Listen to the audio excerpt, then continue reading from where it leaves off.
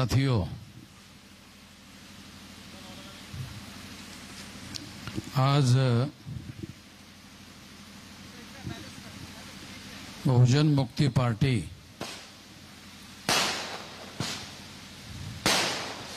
या पक्षातर्फे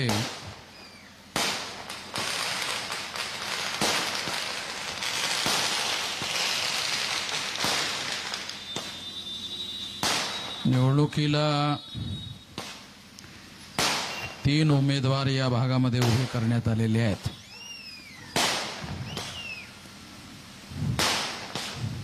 त्यापैकी भिवंडी लोकसभा मतदारसंघामध्ये सौभाग्यवती रंजना रवी त्रिभुवन, त्यानंतर कल्याण मतदारसंघामध्ये सौ प्राजक्ता निलेश येलवे,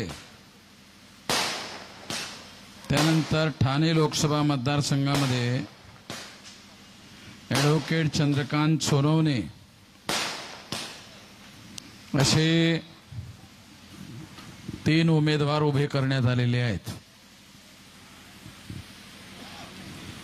बहुजन मुक्ती पार्टीच्या माध्यमातून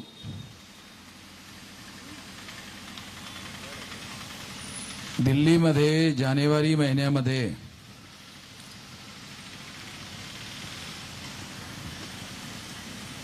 विविध अनुसूचित जाती, जनजाती, अदर बॅकवर्ड क्लास आणि मायनॉरिटी या लोकांनी देशभरामध्ये जे पक्ष उभे केलेले आहेत त्यापैकी 83 पक्षाचे कार्यकर्ते दिल्लीमध्ये झालेल्या बैठकीमध्ये उपस्थित होते। ते पक्ष छोटे छोटे पक्ष आहेत।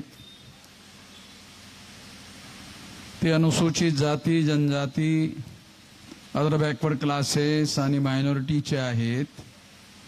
त्या सर्व लोकांनी एकत्रित येऊन राष्ट्रीय स्तरावर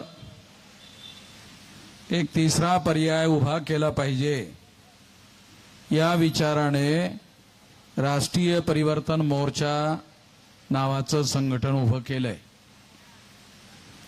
आपल्याला माहित असेल, देशामध्ये भारतीय जनता पक्षाच्या माध्यमातून नॅशनल डेमोक्रेटिक अलायन्स NDA अशा प्रकारचं गठबंधन उभं करण्यात आलेलं आहे। त्याचबरोबर काँग्रेस पक्षाच्या माध्यमातून सुद्धा एक गठबंधन उभं करण्यात आलेलं आहे। तेव्हा हे जे 2 गठबंधन उभं करण्यात आलेले आहेत ते उच्चवर्णीय आणि उच्चवर्गीय लोकांचे पक्ष आहेत, ज्यांची संख्या देशामध्ये 3.5% आहेत। त्या 3.5% लोकांना जर समजा SC ST OBC मायनॉरिटीच्या लोकांनी मतं दिली नाहीत तर त्यापैकी कुठलाही पक्ष निवडणुकीमध्ये ग्रामपंचायतीमध्ये निवडून आणू शकत नाहीत। पण तरीही त्यांचे पक्ष राष्ट्रीय स्तरावर आलटून पालटून राज्य करताना दिसून येतोय। म्हणजे काँग्रेस पक्ष जर गेला तर भारतीय जनता पक्षाचं सरकार येते आणि भारतीय जनता पक्ष गेला तर काँग्रेस पक्षाचं सरकार येते।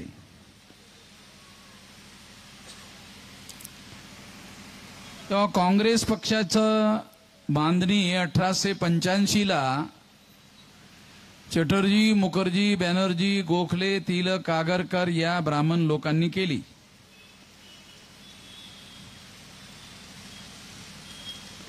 आणि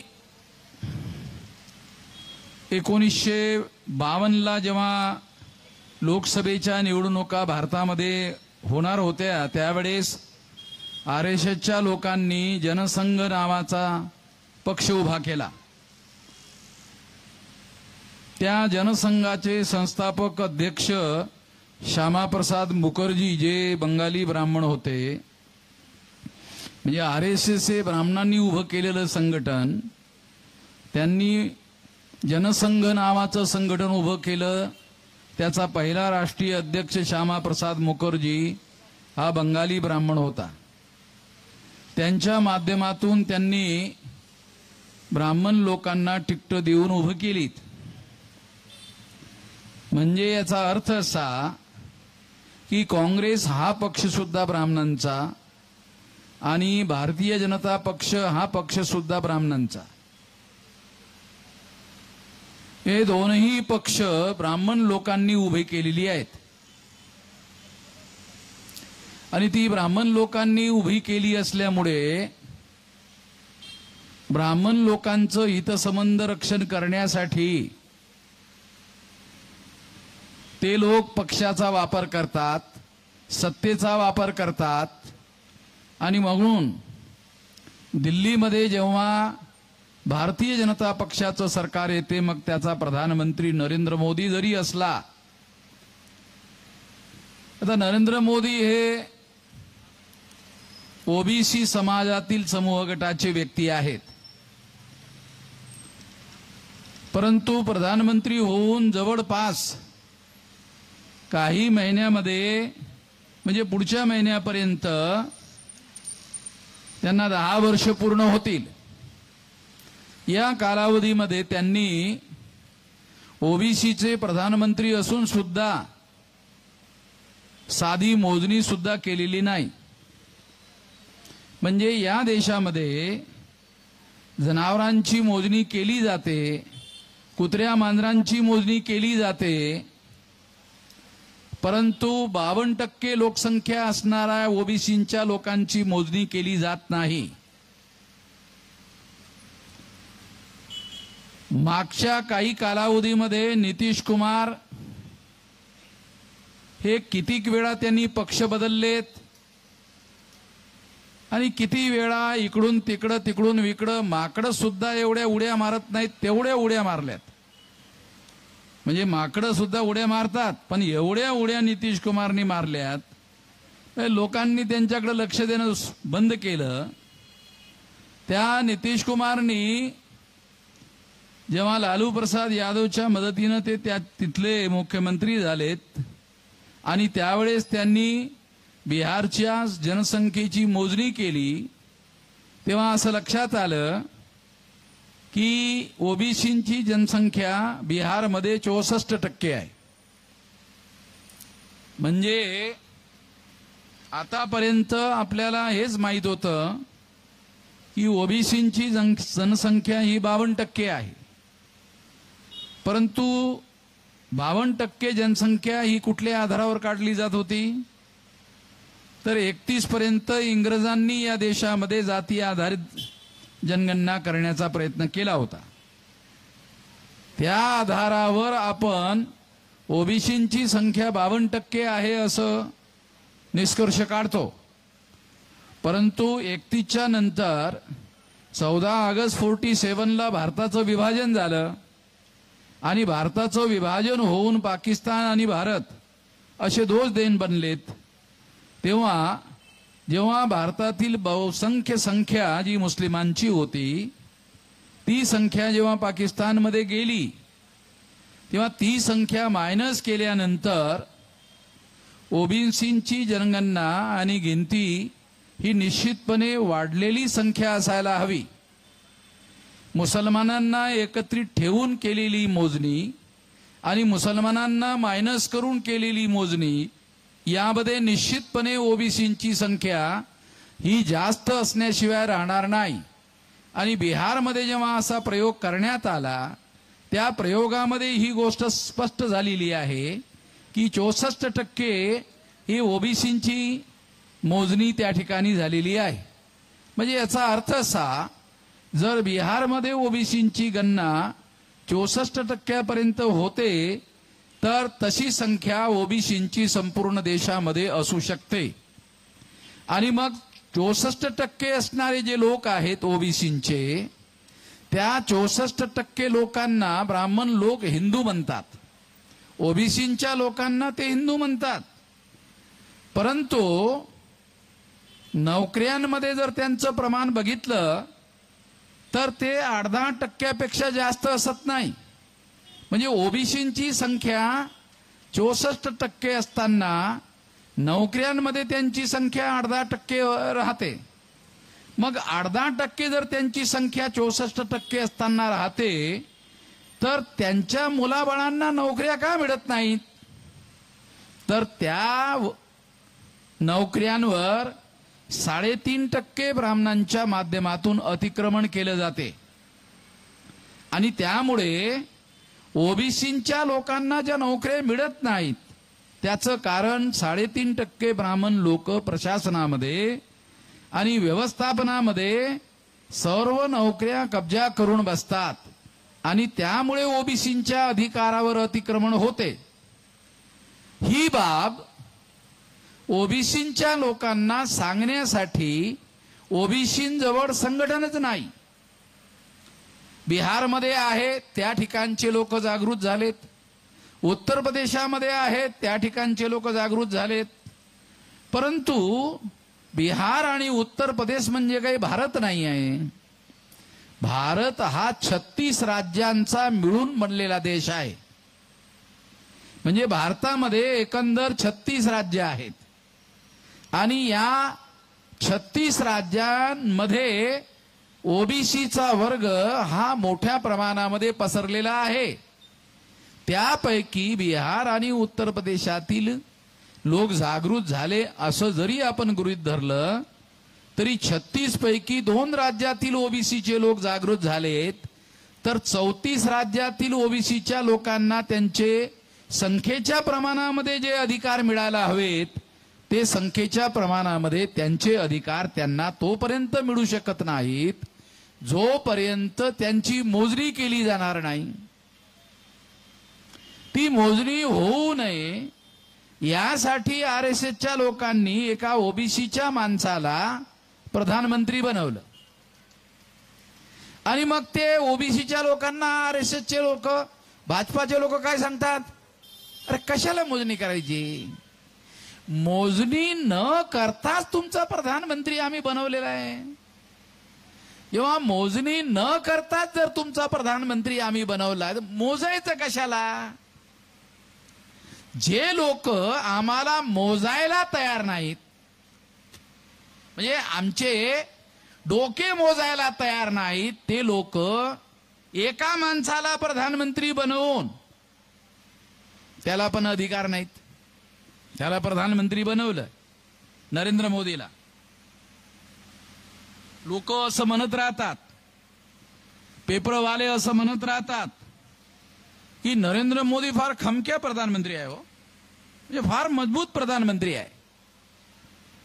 आता नरेंद्र मोदी फार खमक्या किंवा फार मजबूत प्रधानमंत्री आहे कुठल्या आधारावर सांगायचं? काय आधार काय? ओबीसीचाच माणूस ओबीसीचीच मोजणी करत नाही आणि खमकी आहे, त्याला काही समजायला मार्गच नाही. ओबीसीचाच माणूस आणि ओबीसीचीच मोजणी करत नाही आणि तरी तो खमके आहे, कशावरून? हे काय समजण्यासारखं नाहीये. ओबीसीचा माणूस असता आणि त्यांनी मोजणी केली असती आणि ती मोजणी ब्राह्मणांना नाराज करून केली असती आणि ब्राह्मणांनी मोठ्या प्रमाणामध्ये नाराजी होऊन जर नरेंद्र मोदीला शिव्या घातल्या असत्या आणि शिव्या घालूनही जर नरेंद्र मोदी मजबूतीनं प्रधानमंत्री पद राहिला असता, मग म्हणता आला आता हा खमक्या प्रधानमंत्री आहे, आता हा मजबूत प्रधानमंत्री आहे. पण जे मुस्लिम लोक आहेत, कमजोर लोक आहेत, त्यांच्या लोकांना मारपीट करणे, त्यांच्या लोकांमध्ये दहशत निर्माण करणे, त्यांना भीती निर्माण करणे आणि त्यांना कुठल्याही प्रकारचे अधिकार मिळू नयेत म्हणून प्रधानमंत्र्यासारख्या व्यक्तींनी मोठमोठ्या जाहीर भाषणामध्ये त्या लोकांच्या नावानं विरोध करणे आणि त्यांना म्हणणे की काँग्रेसचे लोक त्यांना 15% कायदा बनवून रिझर्वेशन देऊ इच्छितात। आता जर समजा मुसलमानांची संख्या 15% असेल समजा, आणि त्या 15% लोकांना जर भारत सरकार आणि राज्य सरकारांच्या नोकऱ्यांमध्ये 15% नोकऱ्या त्यांना दिल्या गेल्यात किंवा मिळाल्यात, तर ते दुसऱ्या कुणाच्याही अधिकारावर अतिक्रमण करत नाहीत। मग जर अतिक्रमण करत नसताना तुम्ही त्या लोकांना त्यांचे अधिकार द्यायला विरोध करता, आणि जेव्हा प्रधानमंत्री बनण्याच्या अगोदर तुम्ही घटनेची आणि संविधानाची शपथ घेता की संविधानानुसार मी कार्य करेन, पण भारतीय संविधान कुठल्याही जाती धर्माच्या आधारावर भेदभाव करायला मनाई करते। कुठल्याही खासदाराला, कुठल्याही आमदाराला, कुठल्याही मंत्र्याला, कुठल्याही प्रधानमंत्र्याला शपथ घेतल्यानंतरच मंत्री बनता येते, शपथ घेतल्यानंतरच आमदार खासदार होता येते। का?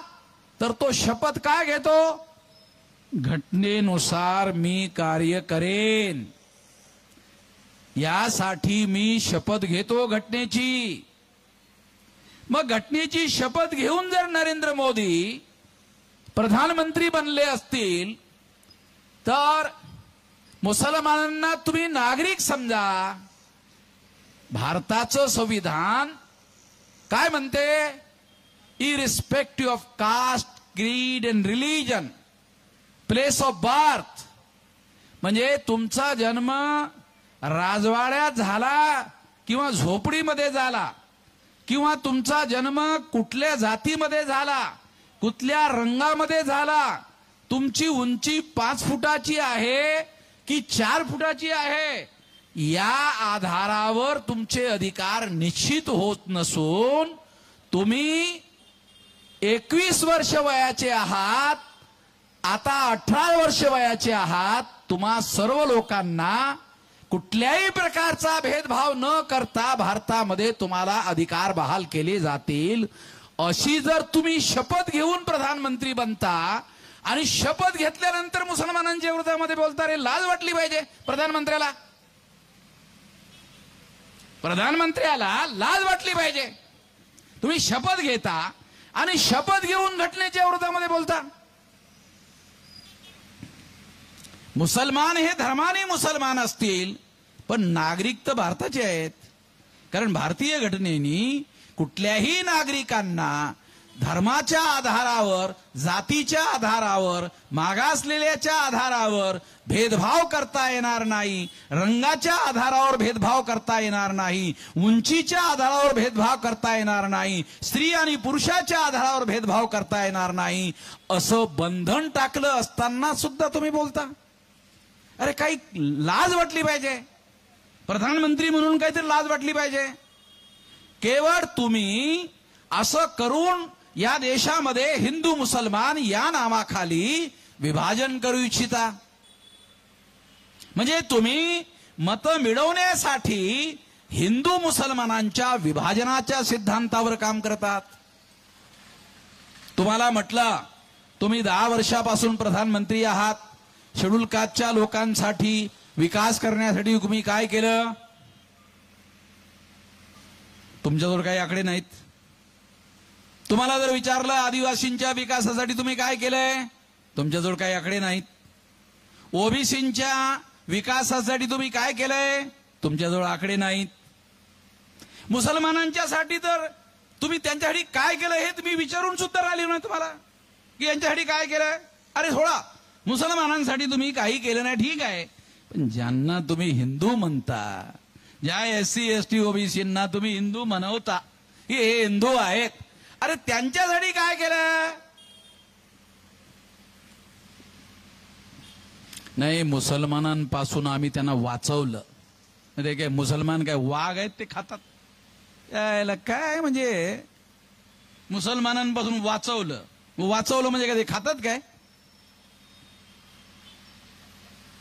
तेव्हा कुठलंही काम फक्त मुसलमानांची भीती दाखवायची. काय भीती दाखवतात?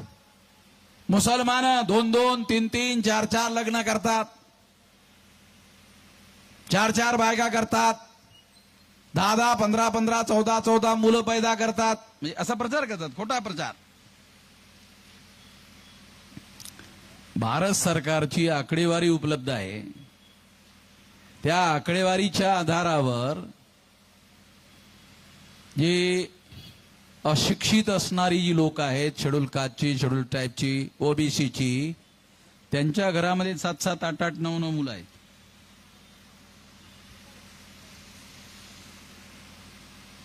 आता इतक्यामध्ये शिकलेले लोक जे आहेत ते थोडंसं मुलं बाळ जरा कमी पैदाला घालतात. गावामध्ये त्यांना विचारा कशाला ही संख्या वाढून राहिले? ते म्हटले ते 8-10 वर्षाचं झालं की कमाई करते. गावामध्ये असं बोललं जातं नाही, काल्पनिक गोष्टी सांगितलं मी तुला. म्हणजे ह्या गोष्टी काल्पनिक नाही सांगून राहिलो. गावामध्ये लोक म्हणजे 8-10 वर्ष झालं की कमाई सुरू करते. म्हणजे आम्हाला घरामध्ये जे आम्ही मुलं पैदा करतो ते रोजगाराचं साधन आहे. जेवढे घरामध्ये 8-10 असतील सर्वचे सर्व कामाला जातात. शेतीमध्ये कामासाठी काही 18 वर्षाचं वय असणं आवश्यक नाही. शहरामध्ये 18 वर्षाचं वय पाहिजे. तेव्हा मुसलमानांच्या घरामध्ये जास्त संख्या पैदा घातली जाते. भारत सरकारची जे आकडेवारी आहे रेकॉर्डमध्ये, त्यामध्ये मुसलमानांच्या घरामध्ये जेवढी संख्या नाही त्यापेक्षा SC, ST, OBCच्या लोकांच्या घरामध्ये संख्या आहे. ह्याचे आकडे भारत सरकारच्या रेकॉर्डमध्ये उपलब्ध आहेत. मग हे सर्व आकडे नरेंद्र मोदीला माहीत असताना, प्रधानमंत्री आहे त्यांना माहीत नाही असं म्हणता येत नाही. मग माहिती असताना खोटा प्रोपगंडा आणि खोटा प्रचार का करतात? खोटा प्रचार करतात, खोटा प्रोपगंडा करतात. आणि खोटा प्रोपगंडा का करतात? कारण खोटा प्रोपगंडा केल्यामुळे हिंदू मुसलमान करता येतं. कारण SC, ST, OBCचे लोक काही बीजेपीला मतदान द्यायला तयार नाहीत. लक्षात घ्या, SC, ST, OBCचे लोक SC, ST, OBCच्या नावावर काही बीजेपीला मतदान द्यायला तयार नाहीत. पण त्याच SC, ST, OBCला जर हिंदू बनवलं आणि त्यांना सांगितलं की तुमचा शत्रू मुसलमान आहे, त्या SC, ST, OBCच्या लोकांना हिंदू बनवायचं आणि त्यांना सांगायचं की तुमचा शत्रू मुसलमान आहे, म्हणजे मुसलमान त्यांचा शत्रू आहे असं दाखवून त्यांना हिंदू बनवायचं. तुमच्यापैकी किती लोकांना असं माहीत आहे की ब्राह्मण प्रचारक झाला आणि तो प्रचारक होऊन SC, ST, OBCच्या घरामध्ये जाऊन त्यांनी प्रचार करून जो ब्राह्मण धर्म आहे, ज्याला ब्राह्मण लोक हिंदू नावानं प्रचार करतात, त्या ब्राह्मण धर्माचे श्रेष्ठ सिद्धांत आहेत आणि त्या श्रेष्ठ सिद्धांतामुळे तुम्ही ब्राह्मण धर्म स्वीकार केला पाहिजे असा प्रचार करण्यासाठी किती ब्राह्मण घराच्या बाहेर जाऊन प्रचार करतात? एकही ब्राह्मण घराच्या बाहेर जाऊन त्यांनी ब्राह्मण धर्म श्रेष्ठ धर्म आहे, तो जगात श्रेष्ठ धर्म आहे असं प्रचार करण्याचं काम एकाही ब्राह्मणांनी केलं असं मला अजूनही आठवत नाही. मग ते काय करतात? त्यांना माहित आहे की ब्राह्मण धर्म हा बदनाम झालेला धर्म आहे. तो बदनाम झालेला धर्म बदनाम झालेल्या धर्माच्या नावानं प्रचारात आणला तर कोणी ऐकणार नाहीत, म्हणून ब्राह्मणांनीच हिंदू हे नाव प्रचारामध्ये आणलं. दयानंद सरस्वती नावाचा नरेंद्र मोदीच्या गुजरातमध्ये राहणारा फार मोठा एक संत होऊन गेलेला आहे. दयानंद सरस्वती, तो काय म्हणतो? दयानंद सरस्वती हे मोदीचा गुरु आहे, तो राजकोटचा. तो काय म्हणतो दयानंद सरस्वती? हिंदू मुसलमानों की दीवी गाली है, हिंदू मुसलमानों की दीवी गाली है. तो बामनच म्हणतो हिंदू मुसलमानों की दीवी गाली है. आणि हिंदू मुसलमानों की दीवी गाली है आणि हे जर खरं असेल तो ब्राह्मणच म्हणतो, मग तुम्ही ब्राह्मण लोक आम्हाला SC ST OBCच्या लोकाला हिंदू म्हणून शिवी का देता, असा माझा प्रश्न आहे. जर हिंदू ही शिवी आहे असं दयानंद सरस्वती म्हणतो, तर मग तुम्ही SC ST OBC Kunbi Maratha लोकांना हिंदू म्हणून आम्हाला शिवी का देता. आणि हिंदू म्हणून जर तुम्ही शिवी देत असाल तर मग तुमच्या विरोधामध्ये आम्हाला कोर्टामध्ये केस दाखल करावं लागेल. असं मी एक व्हिडिओ बनवला, माझा रेकॉर्डमध्ये आहे, व्हिडिओ बनवला. मग तो व्हिडिओ ब्राह्मणांनी ऐकला. ऐकल्यानंतर त्यांनी काय केलंय, हिंदू म्हणणं बंद करून टाकलं. हे माझे रेकॉर्ड आहे. त्यांनी हिंदू म्हणणं बंद करून टाकलं आणि हिंदू म्हणण्याच्या ऐवजी काय म्हणायला लागलेत, सनातन, हमारे धर्म का नाम सनातन है. मी आजकाल तुम्ही त्या लोकांचं म्हणणं ऐकून घ्या, ते हिंदू म्हणवण्याच्या ऐवजी सनातन म्हणून राहिलेत. ब्राह्मण लोक आजकाल हिंदू हा शब्द वापरण्याच्या ऐवजी सनातन हा शब्द वापरून राहिलेत. तुम्ही बघा रेकॉर्डमध्ये, काल्पनिक गोष्ट नाही सांगत मी, रेकॉर्ड मधल्या गोष्टी सांगतो. तेव्हा ते आता आमच्या धर्माचं नाव सनातन धर्म आहे असं म्हणतात. तेव्हा मी दुसरा व्हिडिओ बनवला आणि त्यांना म्हटलं, अरे बामना, अरे तुम्हाला लोक विद्वान म्हणतात, पंडित म्हणतात, तुम्ही फार ज्ञानी आहात, फार तुम्हाला माहिती आहे असं तुम्ही म्हणत राहता. पण बुद्धानं जे एक प्रवचन दिलेलं आहे त्या प्रवचनामध्ये बुद्ध असं म्हणतो, त्या प्रवचनाचं नाव आहे एस धम्मो सनातनो, य धर्म सनातन है, असं त्या प्रवचनाचं हेडलाईन आहे.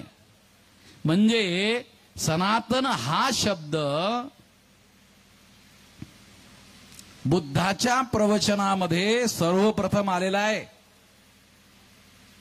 बहुजन हा शब्द सुद्धा बुद्धाच्या प्रवचनामध्ये आलेला आहे. तेव्हा एस धम्मो सनातनो मी व्हिडिओ बनवला की हे सनातन शब्द सुद्धा तुम्ही बुद्धाकडून उधार घेतला, चोरी केलेला आहे. तुम्हाला लाज वाटायला पाहिजे हा चोरीचा शब्द वापरण्यासाठी. अरे तुमचा ओरिजिनल शब्द वापरा रे. मी ब्राह्मणांना सल्ला दिला, अरे ओरिजिनल वापरा रे तुमचा शब्द. तुमच्या धर्माचं ओरिजिनल नाव उच्चारण करायला तुम्हाला लाज का वाटते. अरे तुम्हाला तुमच्या बापाचं नाव बाप म्हणायला लाज कशाला वाटायला पाहिजे. तुमच्या बापाला तुम्ही बाप म्हटलं पाहिजे असं आम्ही म्हणतो. दुसऱ्याच्या बापाला तुम्ही बाप म्हणा असं म्हणून राहिलो का, असं नाही म्हणून राहिलो ना. तुमच्या बापालाच तुम्ही बाप म्हणा, दुसऱ्याला म्हणा असं म्हणून राहिलो का नाही. मग तुमच्या धर्माचं नाव, ओरिजिनल नाव जे आहे ते ब्राह्मण धर्म आहे. ब्राह्मण धर्म म्हणून त्याचा प्रचार करा. तुम्हाला प्रचार करण्यासाठी वामन मेश्राम मदत करायला तयार आहे. यासाठी एक नवा पैसा मी तुमच्याकडून घ्यायला तयार नाही. तुमच्या धर्माचं नाव ब्राह्मण धर्म आहे या विषयावर मी प्रवचन द्यायला तयार आहे. तुम्ही असं म्हणाल तो अरे वामन मेश्राम शूद्र माणूस, त्याला प्रवचनाचा अधिकार कसा देता येईल, तो तर ब्राह्मणांसाठी रिझर्व असलेला अधिकार आहे. पण ब्राह्मणापेक्षा मला चांगलं बोलता येते ना. चांगलंच नाही तर खरं सुद्धा बोलता येते, बरं बोलता येते, खरं बोलता येते, पुराव्यासहित बोलता येते. तेव्हा बोलू दिलं पाहिजे. हा जुना तुमचा जमाना आता राहिला नाही. 26 जानेवारी 1950ला भारतामध्ये घटना लागू झालेली आहे आणि त्यानुसार सर्व माणसं भारतीय घटनेनी समान घोषित केलेली आहेत. तुमच्या मनुस्मृतीला हद्दपार करण्यात आलेला आहे. आता भारतीय घटना लागू झालेली आहे. तुमच्या डोक्यामध्ये याचा प्रकाश पडू द्या. तेव्हा यानुसार मी तुम्हाला मदत करू शकतो. मी तुमच्या ब्राह्मण धर्माचा ब्राह्मण धर्म म्हणून प्रचार करायला तयार आहे. त्यासाठी मला एक नवा पैशाची मदत मला नको आहे. ब्राह्मण लोकांना मी असा सल्ला दिला, त्यांचं काय मन पडलं?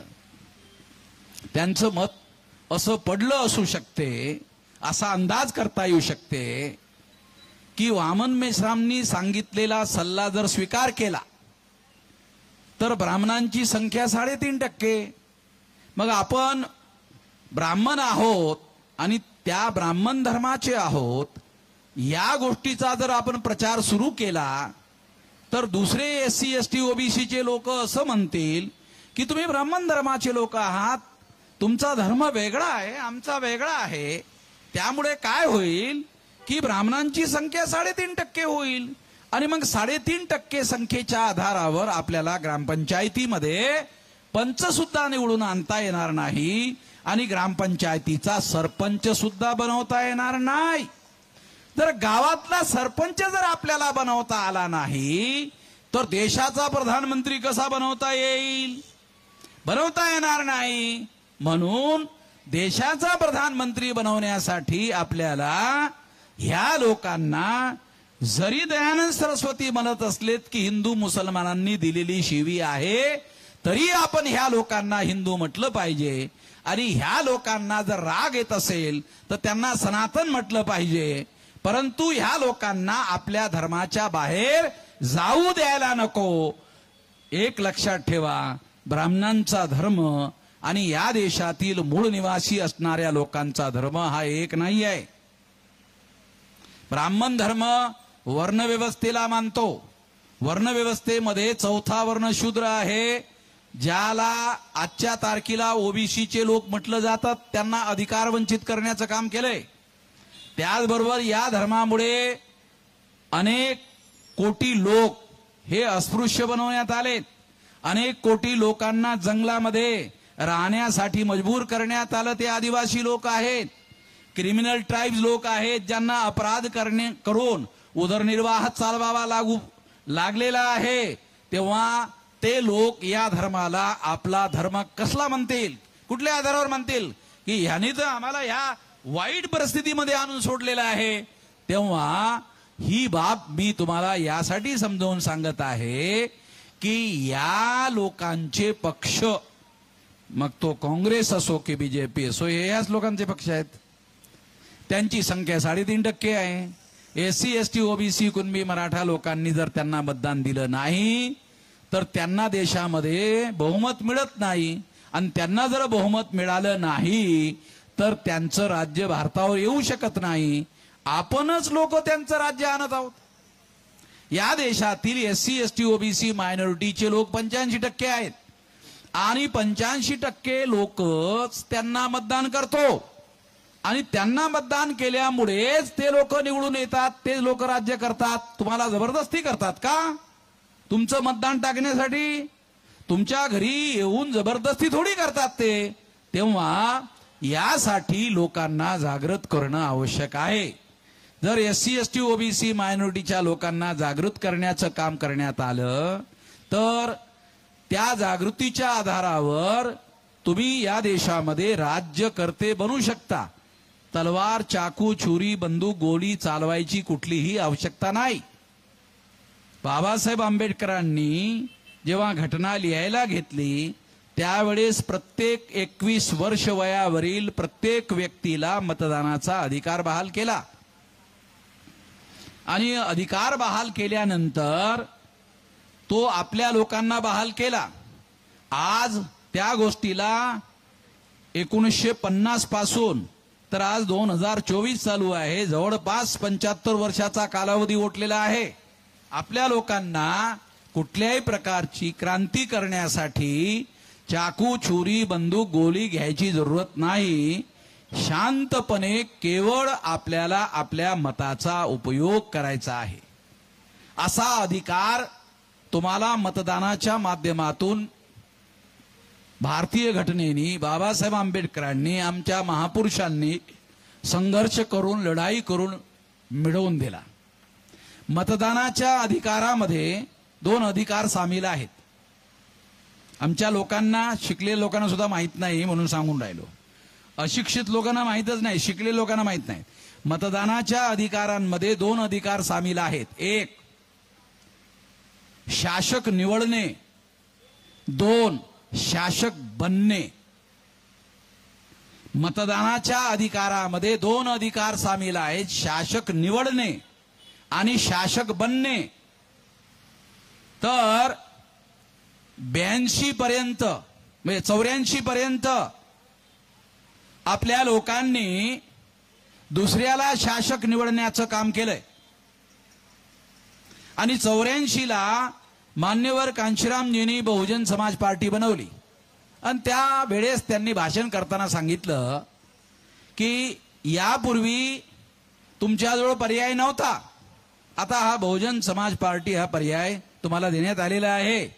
आजपर्यंत तुम्ही दुसऱ्या लोकांना शासक निवडण्याचं काम केलंय, परंतु तुम्ही इथून पुढं दुसऱ्या पक्षाच्या लोकांना शासक निवडण्याचं काम करू नका. हा पक्ष मी तुम्हाला शासक बनवण्यासाठी बनवलेला आहे. शासनकर्ती जमात बनणे हे आमचं उद्दिष्ट आहे, हे जे बाबासाहेब आंबेडकर म्हणाले होते, त्यासाठी हा पक्ष मी बनवलेला आहे. असं कांशीरामजींनी 84ला सांगितलं की शासनकर्ती जमात बनवण्यासाठी मी हा पक्ष बनवला. आणि त्यांनी असं केवळ घोषित केलं नाही, तर उत्तर प्रदेशासारख्या सर्वात मोठ्या राज्याचं मायावतीला 4 वेळेला मुख्यमंत्री बनवलं. म्हणजे ते तुम्हाला फक्त सांगत नाही राहिलेत असं केलं पाहिजे, असं करून दाखवलंय. करून कसे तरी दाखवलंय, हे आम्ही असं करू शकतो यावरच आमच्या लोकांचा विश्वास नाहीये. आपला राज्यकर्ता आपण या देशामध्ये निवडू शकतो. अरे 100 पैकी 85 मतं आमची आहेत. मागच्या लोकसभेच्या निवडणुकीमध्ये नरेंद्र मोदीला 37.7% मतं मिळाली. 37.7% मतावर नरेंद्र मोदींनी 303 जागा जिंकल्यात. आपल्या SC ST OBC मायनॉरिटींची मतं किती? 100 पैकी 85. मोदींनी त्यापैकी 37.7% मिळवलेत आणि तो देशाचा प्रधानमंत्री 303 जागेवर झाला. म्हणजे 37.7% मतावर 303 जागा मोदींनी मिळवल्यात. आपण का नाही मिळू शकत? जे मोदींनी मिळवलंय ते आपण का नाही करू शकत? आणि प्रधानमंत्री बनवण्यासाठी 303 जागाची सुद्धा जरूरत नाहीये, 272 जागांची जरूरत आहे. 543 पैकी 272 जागा जर तुम्ही मिळवल्यात तर तुम्हाला साधं बहुमत मिळते आणि साध्या बहुमताने तुम्ही या देशाचा प्रधानमंत्री निवडू शकता. 272 आणि 272 544 जागा 543 आहेत. म्हणजे एक जागा तुम्हाला जास्त आहे, म्हणजे तुमच्याजवळ बहुमत आहे. या आधारावर तुम्ही तुमचं सरकार बनवू शकता.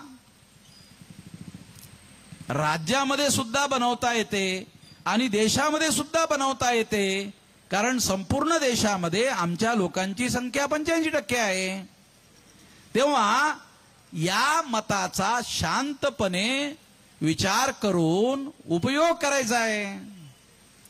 काही चाकू छुरी बंदूक गोळी चालवायची नाही आहे, तलवारी चालवायच्या नाही आहेत, हत्यारं चालवायची नाही आहेत, हिंसा करायची नाही आहे, काहीही करायचं नाही. शांतपणे लाईन लावून मतदान द्यायचं आहे. आपण अशा पद्धतीनं schedule caste, schedule tribe, OBC आणि मायनॉरिटी या 4 मोठ्या सामाजिक समूहांची संख्या 85% आहे आणि निवडणुका जिंकण्यासाठी 37.7% मतं मोदीला मागच्या वेळेस मिळालीत. आणि ट्रायअँगल जर निवडणुका होत असतील, ट्रायअँगल म्हणजे BJP versus Congress, Congress versus BJP, हे 2 अँगल आहे. आणि आपण जर ट्रायअँगल मध्ये तिसरा पक्ष उभा केला तर या 3 लोकांनी मिळून जर सक्षमपणे निवडणुका लढवल्यात तर त्यासाठी केवळ 33-34% मताची जरूरत आहे. 33-34% जर मतं तुम्हाला मिळवली तर तुम्हाला तुमचं बहुमत मिळवता येते आणि त्या पद्धतीनं आपल्याला सरकार बनवता येऊ शकते. तेव्हा त्यासाठी आपण काय केलं पाहिजे? शेड्यूल कास्टच्या बहुसंख्य लोकांमध्ये जाऊन जागृती केली पाहिजे की तुम्हाला चाकू, छुरी, बंदूक, गोली काही चालवायची नसून फक्त मतदानाचा उपयोग करायचा आहे. त्यानंतर शेड्यूल ट्राईबच्या आदिवासी लोकांना समजावून सांगायचं आहे. त्यानंतर नॉमेडिक ट्राईबच्या लोकांना समजावून सांगायचं आहे. त्यानंतर एमबीसीच्या लोकांना समजावून सांगायचं आहे. त्यानंतर ओबीसीच्या लोकांना समजावून सांगायचं आहे. त्यानंतर मायनॉरिटीच्या लोकांना, मुस्लिम, शीख, ईसाई, बुद्धिस्ट, जैन, लिंगायत लोकांना समजावून सांगायचं आहे. जर तुम्ही हे समजावून सांगण्याचं काम केलं आणि फक्त 34-35% लोकांना सांगण्यात यशस्वी झालात आणि त्यांची मतं जर मिळवण्यामध्ये यशस्वी झालात, 100% लोकांना जरी तुम्ही समजावून सांगण्यात यशस्वी झाला नाहीत तरी तुम्ही या देशामध्ये तुमचं राज्य निर्माण करू शकता. सुरुवातीला जेव्हा कांशीरामजी असं सांगत होते त्यावेळेस लोकांचा विश्वास बसत नव्हता की आपण आपला मुख्यमंत्री आणि प्रधानमंत्री बनवू शकतो. विश्वास बसत नव्हता. पण जेव्हा कांशीरामजींनी मायावतीला 4 वेळा उत्तर प्रदेश सारख्या राज्याचं, सर्वात मोठं राज्य, ज्या राज्यामधून 85 खासदार निवडून जात होते, त्या ठिकाणी मुख्यमंत्री 4 वेळ बनवलंय आणि जोपर्यंत कांशीरामजी जिवंत होते तोपर्यंत पत्रकारांना असं लिहावं लागत होतं की प्रधानमंत्री पदासाठी अनेक उमेदवारांची नावं चर्चेला आहेत, त्यामध्ये एक नाव कांशीरामजींचं पण आहे. बनले की नाही बनले तो वेगळी गोष्ट आहे. पण जोपर्यंत जिवंत होते तोपर्यंत कांशीरामजींचं नाव प्रधानमंत्री पदासाठी घेतलं जात होतं. अरे आपल्याला ग्रामपंचायतीचा सरपंचाचं नाव घेतलं जात नाही. बनो की नाही बनो, परंतु घेतलं सुद्धा जात नाही.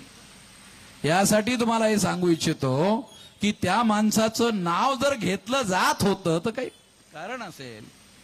ते कारण, पहिल्या नंबरचं कारण, बहुजन समाज पार्टी हा राष्ट्रीय पक्ष, रिकॉग्नाइज्ड पक्ष होता. रजिस्टर्ड नाही, रिकॉग्नाइज्ड पक्ष होता. तो कांशीरामजींनी बनवला. कांशीरामजींनी बनवून ते सिद्ध केलं. अरे मायावतीने काय केलं ते आपल्या समोर आहे, त्याच्यावर मी काय बोलत नाही. तोंड खराब वाटतंय तेव्हा तोंड खराब करण्यासाठी मी काय बोलायला तयार नाहीये. जे बोलल्यानं तोंडामध्ये थोडंसं चांगलं वाटेल तसं बोलतो. तेव्हा त्या मायावतीचं प्रकरण हे काही बोलण्यासारखं प्रकरण नाहीये, त्याच्यात जाण्यात काही अर्थ नाहीये. तेव्हा मला असं सांगायचं आहे की आपण राष्ट्रीय पक्ष जसा त्यांनी उभा केला तसं आज तुम्हाला आश्चर्य वाटेल 200 जागा आपण उभ्या केल्या देशात. पहिल्या नंबरच्या जागा बीजेपीने उभ्या केल्यात, दुसऱ्या नंबरच्या जागा काँग्रेसने उभा केल्यात, 3ऱ्याच नंबरच्या जागा आम्ही उभ्या केल्या. 2029ला 500 जागा उभ्या करू आणि निवडणुकीचा रिझल्ट आल्याच्या दुसऱ्या दिवसापासून म्हणजे 24 पासून 29 ची तयारी करू. म्हणजे प्रत्येक मतदारसंघामध्ये, प्रत्येक बूथ लेवलवर संघटन 5 वर्ष बांधू. आता तुम्ही काय करता, निवडणुकी आल्या की 15 दिवस फिरताय. आता हे लोक सांगत होते की हे लोक बरेच फिरलेत आणि थकून फिरलेत म्हणून सांगत होते. फिरले असतील, जरा थकले पण असतील. आता 15 दिवसामध्ये एवढा मोठ्या मतदारसंघात फिरल्यावर माणूस थकून तर जाईलच ना, स्वाभाविक आहे.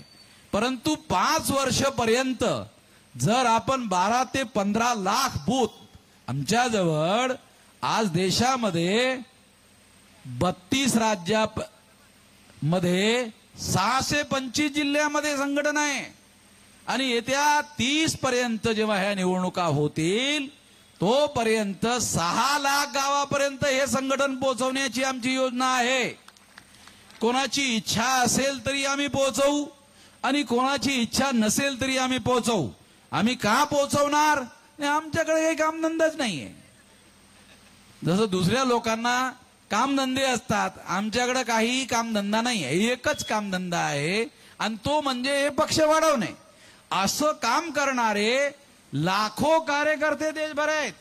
तेव्हा त्यांच्या माध्यमातून आम्हाला या देशामध्ये 12 ते 15 लाख बूथ लेवलचं संघटन बांधायचं आहे.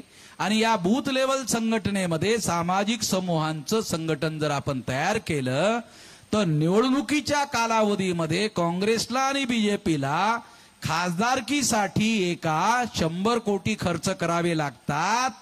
तुम्हाला 1500 रुपयामध्ये निवडणुका जिंकता येतील. पण त्याची पूर्व शर्त आहे 12 ते 15 लाख बूथवर संघटन जर बांधलं तर तुमची तयारी अगोदरच झालेली असेल.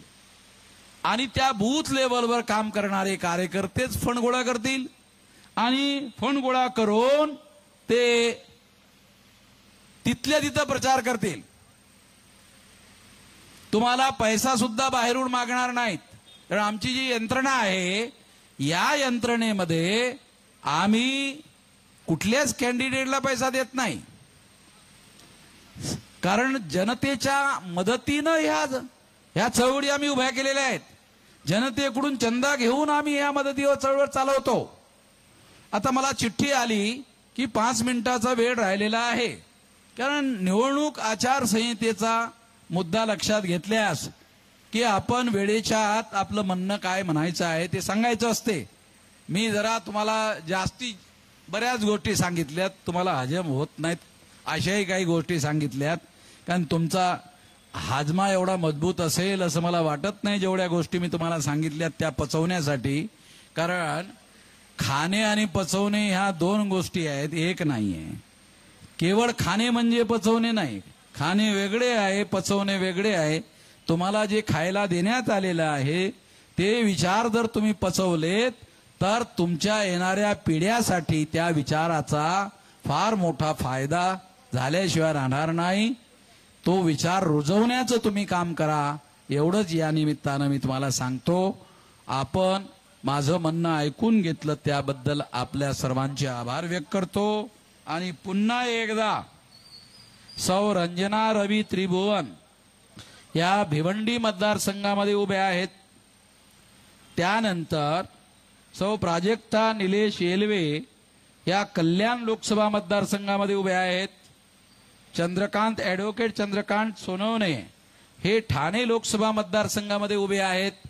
या 3ही मतदारसंघामधील उमेदवारांना आपण मोठ्या संख्येनं मतं देऊन निवडून आणाल अशी अपेक्षा करतो आणि माझं म्हणणं या ठिकाणी थांबवतो. धन्यवाद.